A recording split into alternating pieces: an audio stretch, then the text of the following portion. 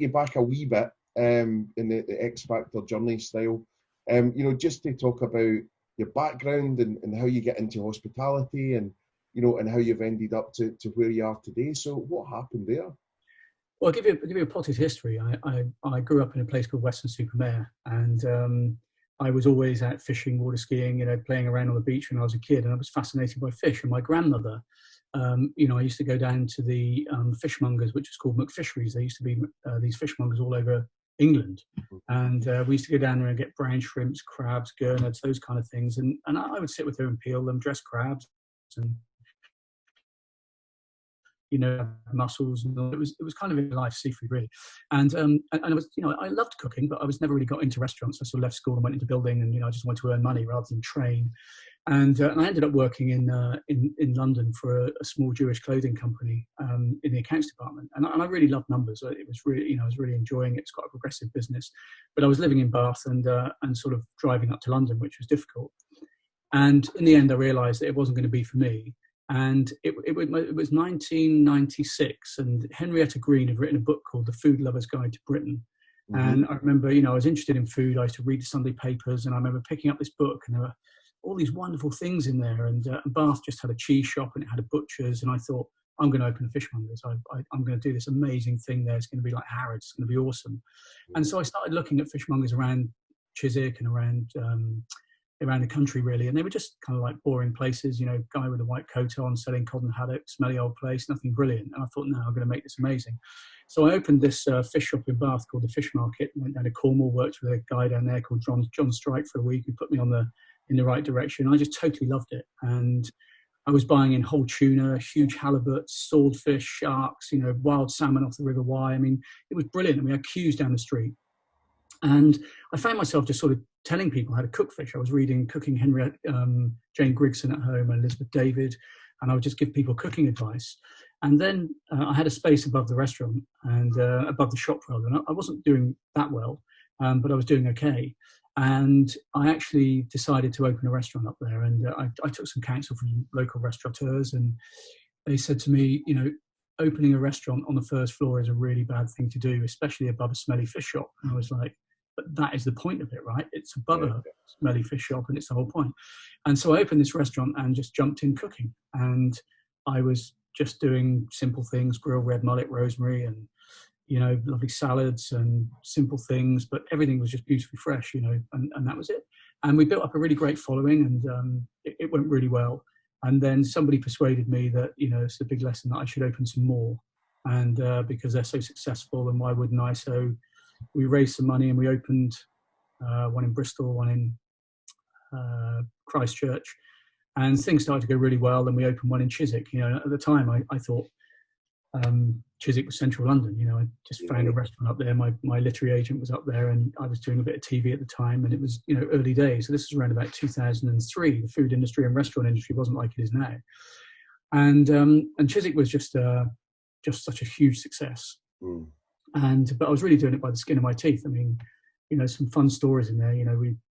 I was short paying the builders, at that time, and I didn't have enough money to finish the project, and bunged 20 grand on a horse called Earth Mover, and the horse lost. Oh, no. It was like one of those dire moments. Are we ever going to get the restaurant open?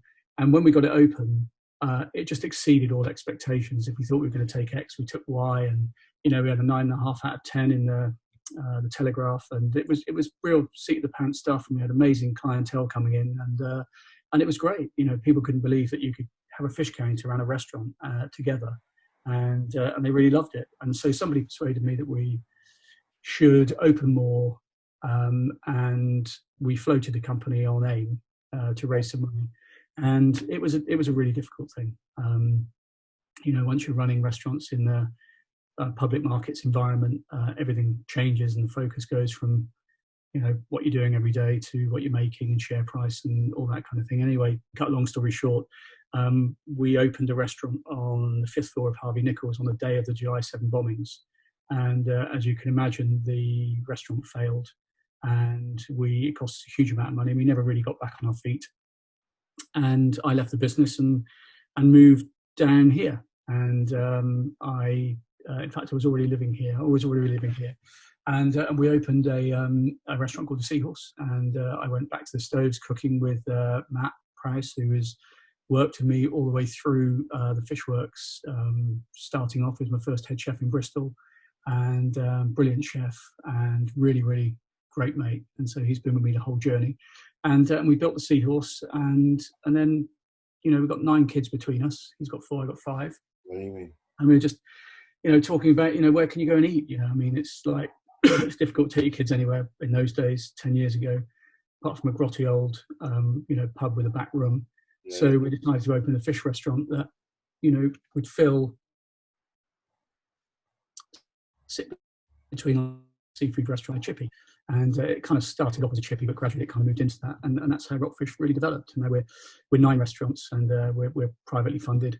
And we're never going to go back to those public markets. And we think every day about how we can make those restaurants really amazing. And we think every day about our little ecosystem of suppliers and staff and everything else. But it's been a magical journey. And, you know, when we, in those early heady days, we won all sorts of awards, Best London Restaurant and all sorts of things, but Restaurateur of the Year. I mean, it was brilliant. And, but you know, good to be here now. And just with the Fishworks stuff, whereabouts were you in Chiswick? Because that was the first place I lived in London. We were in Turnham Green Terrace. So I think Sophie's restaurant is there now, but it was I bought it. It used to be an Italian restaurant, and it was really funny how I got there. I was dining with my literary agent, and I was looking around this place. I had a little garden. And I thought, God, this would be an amazing, you know, fish restaurant. And so she said, well, I know the owner, Aldo. Why don't you ask him if he wants to sell it? So he came over and started chatting. I said, do you want to sell the restaurant? He said, funny enough, I do. And so we exchanged emails, and, you know, I had to go and find money and all the rest of it. He was brilliant in helping us do the deal. He really loved the enthusiasm that I had to try and make something work. And he really helped me out as well. And that's how we did it. And that was how the first one started. And it was unbelievable. You know, it really was a great time in my life, I think. Very exciting. And the Harvey Nichols thing, I mean, that was kind of difficult. We ended up by Yo Sushi there. Yeah, Yo Sushi was there. What we were going to open, well, what we did open was a really beautiful fish counter with a plancha behind it.